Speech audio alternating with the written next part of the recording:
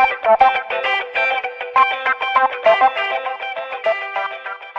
बता देता हूँ कि हांगकांग जो है वो सिंगापुर से भी ज़्यादा कॉस्टली है, पर आप सस्ते में भी उसको ट्रैवल कर सकते हो। तो मेरे 4 दिन की जो होल बजट था मेरा था।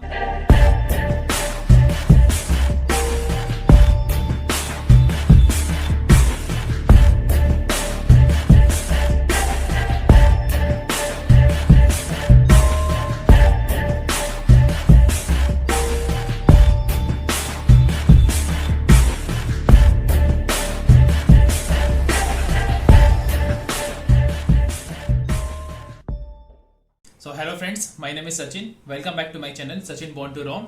So today we are going to discuss about the Hong Kong trip and how you can travel Hong Kong in a budget. We are going to do Seedhi Baat No Bakwas, and these topics which you can see on my screen, we are going to cover this. तो अब हम visa के बारे में discuss करते हैं। तो Hong Kong का वीज़ा बहुत सिंपल है। आपको एक PAR फॉर्म भरना है, डिस्क्रिप्शन में उसको मेंशन कर दूंगा। उसके लिए आपको होटल की डिटेल चाहिए, फ्लाइट की डिटेल आपको नहीं चाहिए। होटल की जो बुकिंग आईडी है वो आपको मेंशन करना पड़ेगा PAR फॉर्म में। और with the help of booking.com और agoda.com आप ये होटल की जो बुकिंग आईडी होती है उसको आप PAR फॉर्म में मेंशन कर दीजिए। उससे आपको 6 मंथ्स का वैलिड वीज़ा मिल जाएगा और वो वीज़ा वैलिड रहेगा once you reach to the Hong Kong for 14 days तक के लिए। तो 14 डेज के लिए आपको वीज़ा की ज़रूरत है नहीं, आप हांगकांग में आराम से घूम सकते हो और हांगकांग से आप मकाओ भी जा सकते हो उसी वीज़ा पे। तो जब ये PAR फॉर्म फिल करने के बाद आपको वेट करना पड़ेगा 1 to 2 डेज वर्किंग डे में, क्योंकि 2 से 3 दिन लगता ही लगता है, बट मुझे एक ही दिन में वीज़ा मिल गया था। आपकी ईमेल आईडी पे वीज़ा आ जाएगा। सो let's discuss about the flight charge. मैंने जो फ्लाइट बुक करी थी वो करी थी बैंगलोर से हांगकांग की डायरेक्ट फ्लाइट थी और मेरे को कॉस्ट पड़ा था ऑलमोस्ट 8,500 रुपीज़ वन वे। तो 16,000 रुपीज़ में मेरा टू एंड फ्रो हो गया था।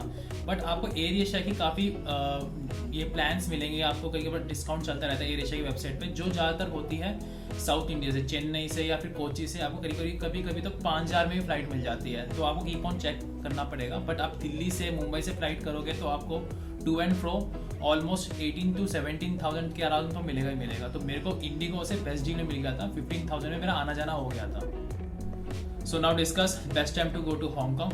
बेस्ट टाइम जो है वो रहेगा अक्टूबर से दिसंबर तक के बीच में, क्योंकि टेम्परेचर रहता है 10 to 15 डिग्री, तो वो इंडियंस के लिए बेस्ट टाइम है। और जब मैं गया था वो था अगस्त, क्योंकि उस टाइम ज़्यादातर लोग वहाँ पे जाते ही नहीं है, क्योंकि क्लाइमेट इस तरह रहता है, रेन आता है, काफ़ी बारिश आती है उस वक्त। और आपने मेरे देखे होंगे वीडियोज़ में, जब मैं बिग बज़ार जा रहा था तब भी बारिश आ गई थी, और एक दिन तो मैं पूरा सुबह की पूरे दिन बारिश ही रही थी। और आपको जो बेस्ट टाइम नहीं बोलूँगा, आप इग्नोर करना फरवरी टू अगस्त के बीच में, क्योंकि उस टाइम टेम्परेचर काफ़ी ह्यूमिड रहता है। और उसके अलावा तो वैसे through out the year temperature वहाँ मॉडरेट ही रहता है, कभी भी जा सकते हो। बट बेस्ट जो होगा वो होगा अक्टूबर टू दिसंबर। तो things to do at the airport, मैंने इस टॉपिक को इसलिए यहाँ पे इंक्लूड किया है। जैसे ही आप एयरपोर्ट पहुँचते हो सबसे पहले आपको 2 चीज़ करनी है। पहला लेना है आपको सिम कार्ड। आपको करीब 450 to 500 इंडियन रुपीज़ में आपको एक सिम कार्ड मिल जाएगा। आपको with the help of क्लुक app, मैं डिस्क्रिप्शन मेंशन कर दूंगा, वहाँ से आप उसको ऑर्डर करिए और जैसे ही आप एयरपोर्ट पहुँचते हो आपको विदिन 2 मिनट्स में आपको सिम कार्ड मिल जाएगा, जिसमें करीब 2 GB तो इंटरनेट रहता है और कुछ इंटरनेशनल कॉल रहती है। जो बेसिक प्लान है वो बेसिक प्लान स्टार्ट होता है 500 रुपीज़ से। और सेकंड काम जो आपको करना है वो लेना है ऑक्टोपस कार्ड, क्योंकि ऑक्टोपस कार्ड के बिना आप ट्रैवल कर ही नहीं सकते हो हांगकांग में, काफ़ी दिक्कत हो जाएगी। और ऑक्टोपस कार्ड का जो प्लान है वो इस तरह है कि 150 हांगकांग डॉलर है। 150 हांगकांग डॉलर का मतलब 1,500 रुपीज़। उसमें से 500 रुपये 500 रुपीज़ जो होंगे वो सिक्योरिटी रहेगी और 1,000 रुपये उसके अंदर रहेंगे ऑक्टोपस कार्ड में। अब ये ऑक्टोपस कार्ड कहाँ चल सकता है? बसेस में, ट्रैम्प में, आपकी जो फेरीज होंगी, आप 7 लेवल कुछ खाना चाहते हो 7 लेवल में, आप बर्गर खाना चाहते हो, कुछ भी खाना चाहते हो, हर जगह वो वैलिड है। वो एक तरीके से ऐसा नहीं है जो दिल्ली में मेट्रो कार्ड है जो सिर्फ मेट्रो में चलेगी। ऑक्टोपस कार्ड तो ईच एंड एवरी प्लेस चलेगा वो, और उसको रिचार्ज करना ही बहुत सिंपल है। जितने भी स्टोर्स हैं आपको हर एक मॉल में, आपको मेट्रो में, MTR में, मॉल में आपको ये मिल जाएगा। 7 लेवल की जो शॉप्स है काफ़ी फेमस होती है, वहाँ पे आप उसको रिचार्ज कर सकते हो। तो अब मैं अपनी जर्नी में इंटरनेट और ऑक्टोपस कार्ड की यूसेज के बारे में बताता हूँ। जो मैंने प्लान लिया था 500 रुपीज़ में, उसमें यह था कि 7 डेज़ के लिए सिम कार्ड फ्री था, 2 GB इसमें इंटरनेट था, तो मेरे को तो यूज़ हुआ ही नहीं वो, और मैंने सुबह कुछ एक्स्ट्रा रिचार्ज करा भी नहीं, क्योंकि 2 GB मेरे लिए काफ़ी था फॉर 4 डेज़ के लिए। मैं 4 डेज़ था हांगकांग में। और जब रही बात ऑक्टोपस कार्ड की, ऑक्टोपस कार्ड का इस तरह हुआ था कि उसमें 1,000 रुपीज़ में पहले से थे, और मैंने उसे 500 रुपये अलग से ऐड करे होंगे, मतलब पूरे 1,500 रुपये में मैं 4 दिन अनलिमिटेड घूमा हूँ। और दिक्कत ये हुई, जब मैं वापस आ रहा था ना, तो 500 रुपये सिक्योरिटी प्राइस थे, वो मैं लेना भूल गया क्योंकि हम इतने जोश में थे, हम आ ही रहे थे एयरपोर्ट में, और हमको याद था कि एयरपोर्ट से वो सिक्योरिटी कार्ड जो है वो कार्ड जो है देना है काउंटर पे, और हमें 500 में मिल जाएंगे, मतलब 50 हांगकांग डॉलर मिल जाएगा। बट क्या हुआ कि मैं अपने साथ ही, मेरे पर्स में मैं अपने साथ ही ले आया हांगकांग कार्ड के लिए। बट हाँ, ये बोल सकते हैं कि ऑक्टोपस कार्ड एक तरह से मेमोरी में अभी भी मेरे पास पड़ा हुआ है। तो कहने का मतलब, मेरी पूरी जर्नी में 500 रुपये का सिम कार्ड में मैंने 4 दिन एंजॉय किया, और 1500 रुपये का मैंने रिचार्ज किया उस पे ऑक्टोपस कार्ड में। 1500 रुपये मैंने 4 दिन खूब ट्रैवल किया। मेरे वीडियोस को देख सकते हो मैंने कहाँ कहाँ ट्रैवल किया हुआ है। So let's discuss where to stay. Actually जब मैं हांगकांग ट्रिप का प्लान कर रहा था, मैं काफ़ी कंफ्यूज था कि रहना कहाँ पे अपने बजट वाइज। तो वहाँ पे 2 पार्ट आते हैं हांगकांग में। एक होता है कौलून जो नॉर्थ हांगकांग है, एक होता है हांगकांग आइलैंड। तो हांगकांग आइलैंड है ना, काफ़ी कॉस्टली है, और नॉर्थ कलून जो है, कलून डिस्ट्रिक्ट, वो काफ़ी चीप और बेस्ट है वो। तो इंडियंस के लिए चंकिंग मेंशन बेस्ट है। वहाँ पे आपको इंडियन लोग मिल जाएंगे, इंडियन रेस्टोरेंट मिल जाएगा, तो आप वहाँ रहिए चंकिंग मेंशन में। बट मैं चंकिंग मेंशन का जो नियरेस्ट स्टेशन है वो है TST। आपको इजीली आप फाइंड कर सकते हो। चंकिंग मेंशन के ठीक सामने TST रेलवे स्टेशन है। बट जहाँ मैं रहा था परडोन एक हॉस्टल है जो मैंने booking.com से बुक करी थी, और आप हॉस्टल वर्ल्ड से भी बुक कर सकते हो। वहाँ का जो नियरेस्ट स्टेशन था वो था जॉर्डन। तो मैं जॉर्डन के पास एक हॉस्टल था, वहाँ पे मैं रहा था 4 डेज़ के लिए, और मुझे पड़ा था 4 डेज़ के लिए 820 रुपीज़ इंडियन करेंसी में पड़ा था। तो 820 को मल्टीप्लाई बाय 4 कर दीजिए, उतने दिन का मेरा रहा था पर पर्सन।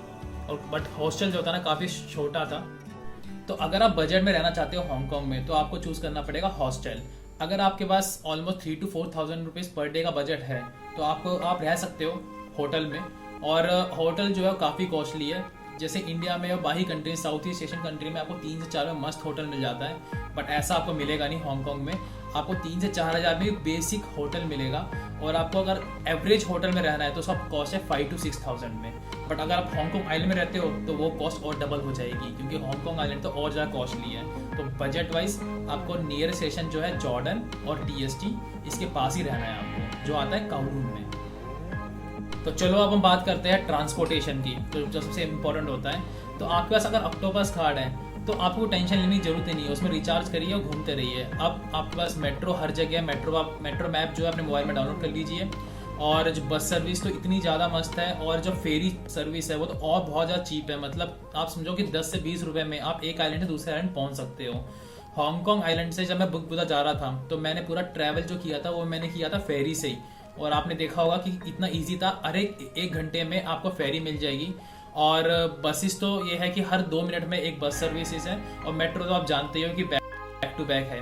और मेट्रो की टाइमिंग भी काफ़ी अच्छी है, रात को 1 बजे से सुबह के 5 बजे वो बंद रहती है, और उसके बाद तो थ्रू आउट द डे वो अवेलेबल ही है आपको। तो बस आपके पास ऑक्टोपस कार्ड रहना चाहिए, तो ट्रांसपोर्टेशन की कोई दिक्कत नहीं है। GPS अपने फ़ोन में लगा लीजिए, और आपको एक ट्रैवल कहीं से कहीं जाना है तो जैसे सोर्स और डेस्टिनेशन लगा दिया, उस GPS में आपको बता देगा कौन सा बस नंबर और हाउ यू टू ट्रैवल, सब कुछ वहीं पे आ जाएगा। तो ट्रांसपोर्टेशन का दिक्कत है नहीं वहाँ पे। तो आप मेरे वीडियोस देखिए, उसमें मैंने मेंशन किया हुआ है कैसे मैं सेंट्रल मेट्रो स्टेशन से मेट्रो चेंज करा। और अगर आपने मेट्रो को पहले से आपके पास एक्सपीरियंस है, जैसे मेरे पास पहले से एक्सपीरियंस है दिल्ली में, काफ़ी मैं ट्रैवल कर चुका हूँ मेट्रो में, तो आपको कुछ दिक्कत होने वाली नहीं है हांगकांग में। तो ये जो हांगकांग का ट्रांसपोर्टेशन है थोड़ा कॉस्टली है। एक्चुअली क्या है कि जैसे अगर फेरी से जाते हो तो आपको चीप एंड बेस्ट है, बट हर जगह उस फेरी से जा नहीं पाओगे। तो और जो उनका टैक्सी है तो बहुत ज़्यादा कॉस्टली है। समझो 1 किलोमीटर का जो ट्रैवल करने का जो कॉस्ट आता है वो आता है 100 रुपीज़। मान लो आप 10 किलोमीटर ट्रैवल कर रहे हो तो 10 आपका हो जाएगा 1000 रुपीज़। तो उससे बढ़िया है कि आप चूज़ करो मेट्रो, जो एक तरीके से अफोर्डेबल है। और दूसरा, अगर 4-5 दोस्त हो, जैसे मैंने भी 1-2 बार मैंने टैक्सी यूज़ करी थी, तो आप शेयर बेसिस में अपने फ्रेंड के साथ आप ट्रैवल कर सकते हो टैक्सी में, तो कोई दिक्कत नहीं है। बट आप सोलो हो और आप ट्रैवल करना चाहते हो तो फेरी पकड़िए एक आइलैंड से दूसरे आइलैंड जाने के लिए, या फिर मेट्रो पकड़िए। और बसेस भी बेस्ट है, बट बसेस में थोड़ा कंफ्यूजन रहती है, बट मेट्रो तो उससे ज़्यादा बेस्ट है। तो चलो हम बात करते हैं फूड एक्सपेंस के बारे में, जो काफ़ी सबसे मेन थिंग रहता है इंडियंस के लिए कि भाई फूड वहाँ पर क्या होगा, कैसे हमें ट्राई करना है। तो फूड का कहने का मतलब, आपको एक मील इंडियन जो फूड है वो आपको पड़ेगा 1000 रुपीज़ का, जो काफ़ी ज़्यादा कॉस्टली है। कहने का मतलब, जो एक रोटी है वो मिलती है आपको वहाँ पे 100 रुपीज़ में, और एक प्लेट आपको मिल जाएगा पनीर 800 से 900 रुपये में। तो 1000 रुपीज़ तो 1200 तो पर पर्सन पड़ने वाला है एक मील। समझो लंच करोगे तो 1000 रुपीज़ का पड़ जाएगा। अब जो अगर बजट में करना है तो आप थाईलैंड या फिर वहाँ पे काफ़ी हांगकांग फूड्स वहाँ पे अवेलेबल है, स्ट्रीट फूड जैसे चिकन बिरयानी ये सब काफ़ी अवेलेबल है वहाँ पे, तो वो आपको पड़ जाता है 300 to 400 रुपीज़ में। तो आपने मेरे वीडियोस में देखा होगा कि मैंने इंडियन फूड खाया था चंकिंग मेंशन में, तो मैं आपको सजेस्ट करता हूँ कि आप अपना जो स्टे है वो चंकिंग मेंशन में करिए, जिससे वहीं पे नीचे जैसे chunking mention second third floor में आपको हॉस्टल्स मिल जाएंगे और ग्राउंड फ्लोर में इंडियन फूड मिल जाएंगे। तो वहाँ पे सिर्फ वही उसी प्लेस में आपको इंडियन फूड मिलेगा और कहीं तो मिलेगा ही नहीं जहाँ मैंने देखा भी नहीं। और आपको अगर आप एडजस्ट कर सकते हो हांगकांग फूड तो वो आपको पड़ेगा मील 350 to 400 रुपीज़ में। और आपने देखा होगा मेरी वीडियोस में मैं कहता था पिज़्ज़ा मैं खाने गया था जो पड़ा था 2000 रुपीज़ का, और बर्गर मैंने खाया था बर्गर किंग से जो पड़ा था मेरे को, सबवे से खाया था मैंने सॉरी, वो मेरे को पड़ा था 400 रुपीज़ का पड़ा था, तो वो तो कॉस्टली वहाँ पड़ेगा ही पड़ेगा। तो एक मील आप समझिए कि 300 से 400 रुपये एक बेसिक मील आपको पड़ जाएगा। अब बात करते हैं things to do in Hong Kong. करने को तो बहुत कुछ है हांगकांग में, बट मैं आपको सजेस्ट करता हूँ कैसे आप अपने प्लान को, अपने जो होल जर्नी को कैसे प्लान करें।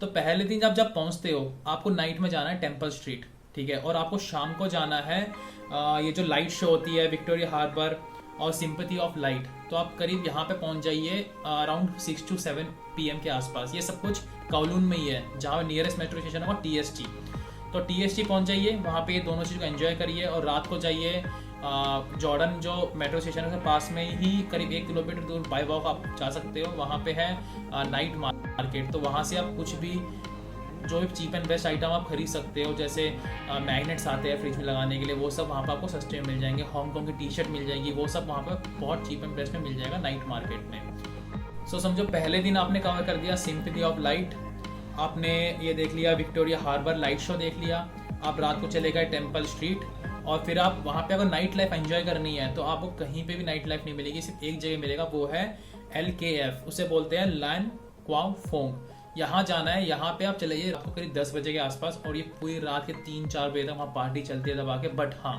काफ़ी कॉस्टली है कंपेयर टू थाईलैंड एंड बाकी कंट्री से, वहाँ पे जो बजट है हर चीज़ काफ़ी कॉस्टली है, बट आप एंजॉय कर सकते हैं वहाँ पे अच्छे से।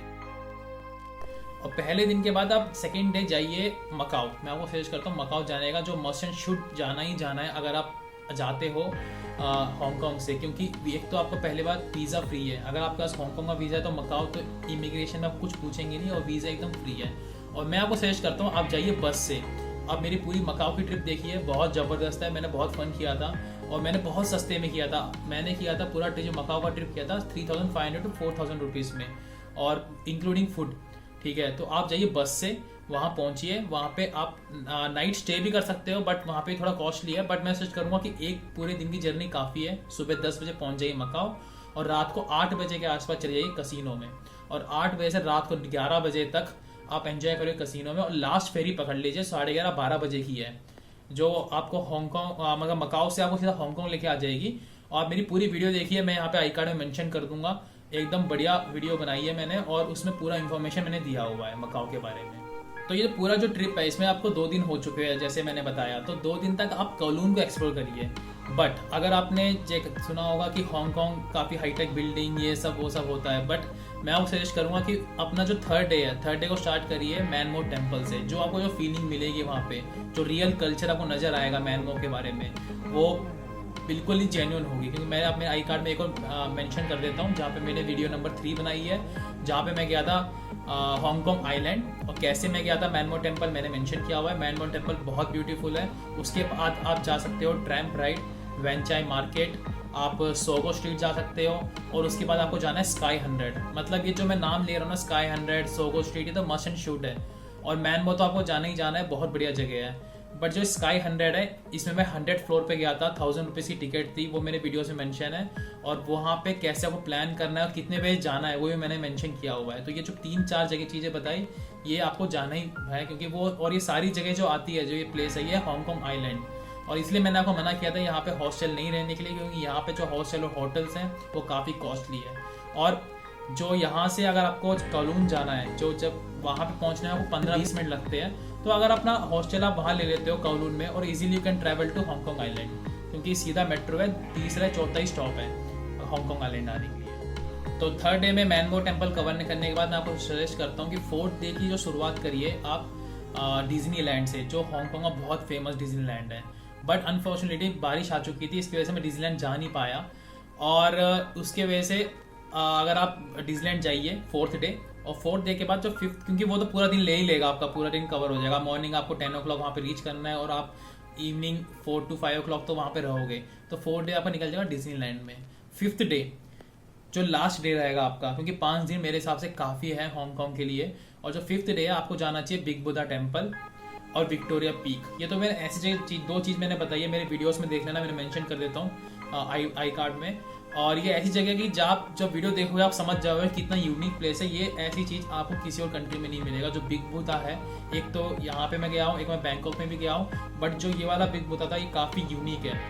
और विक्टोरिया पीक आप जाइए शाम को करीब 5 से 6 बजे के आसपास, और जिससे क्या होगा कि आप सनसेट देख पाओगे। और जो सनसेट होने के बाद जो जब लाइट ऑन हो जाती है उस हांगकांग आइलैंड में, उसका जो नज़ारा जो है ना, वो तो बस स्पीचलेस है एकदम। तो आई होप आपको मेरी पूरी इन्फॉर्मेशन पसंद आई होगी कि मैंने कैसे कैसे ट्रैवल किया। मेरी इस वीडियो को देखने से पहले आप मेरी 4 वीडियो डेफिनेटली देखिए, उससे आपको पूरा बेसिक आइडिया आ जाएगा। और मैं डिस्क्रिप्शन में मेंशन कर दूंगा कि मेरा पूरा बजट जो है वो कितने रुपए में हो गया। आई होप आपने मेरी सारी वीडियोस देखी होंगी और आपको लगा होगा कितना खर्चा लगा होगा 4 दिन ट्रैवल करने के लिए। तो सबसे मेन इंपॉर्टेंट सबके दिमाग में ये रहता है कि क्या चार्जेस लगेंगे अगर हमें 4 से 5 दिन हमें हांगकांग घूमना है। तो चलो कंसोलिडेट करते हैं इसको। तो मेरे जो डे 1 का खर्चा है वो है 6700 रुपीज़। मैं आपको पहले बता देता हूँ, मेरे हर एक वीडियो में अगर आप डिस्क्रिप्शन में जाओगे वहाँ पे मैंने ईच एंड एवरीथिंग मेंशन किया हुआ है कि मैंने क्या क्या किया और क्या क्या मुझे खर्चे हुए। तो आपको मैं इस वीडियो में बता देता हूँ कि जो डे 1 था मेरा उसमें 6700 रुपीज़ हुआ। आप जानते हो जब किसी कंट्री में पहले दिन जाते हो तो खर्चे होते ही है, क्योंकि इस 6700 रुपीज़ में मैंने 3700 रुपीज़ मैंने पेमेंट करी थी 4 दिन हॉस्टल की। और उसके बाद मैंने 1500 रुपीज़ का मैंने ऑक्टोपस कार्ड लिया था, तो इसलिए मेरा 6700 रुपीज़ हुआ, including transportation, including food, including stay. ठीक है।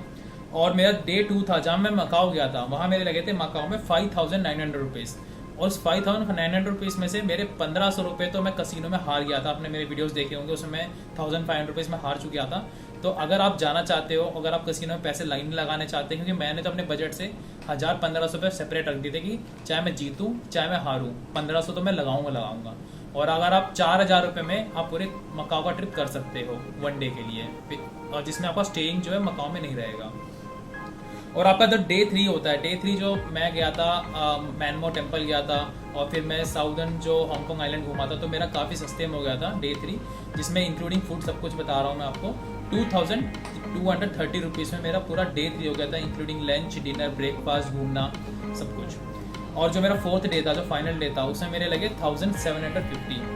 तो इसमें मैं मैनमो टेम्पल तो नहीं, मैनमो टेम्पल के बाद अगले दिन मैं गया था अपना बिग बुद्धा टेम्पल, और वहाँ तो मेरा खाना पीना आपने देखा होगा वीडियोस में। और फिर शाम की जो थी मेरी थी इस पे जो विक्टोरिया पीक गया था, वहाँ पे 1000 रुपीज़ तो मेरे विक्टोरिया पीक में लग गए थे। तो पूरा मेरा 4th डे का जो पूरा जर्नी था वो था 1750 रुपीज़।